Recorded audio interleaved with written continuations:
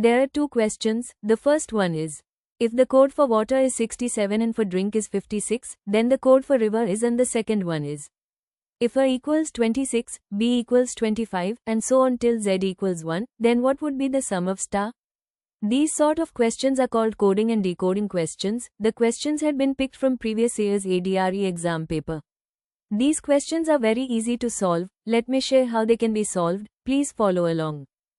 Once you get your question paper, in the rough section write the alphabets and number them as A equals 1, B equals 2 and so on till Z equals 26. To get 2 to 3 marks, it will be worth having the letters with their corresponding numbers written. Now solving the questions will be like a piece of cake. For the first question, if the code for water is 67 and for drink is 56, then the code for river is. Just add the corresponding numbers of the letters in the word river. 18 plus 9 plus 22 plus 5 plus 18 equals 72. We can get the answer in 30 seconds. This one is the same as before, only the numbering has been altered. We need not write the numbers again. There is a trick and it is to subtract 27 from the letters number.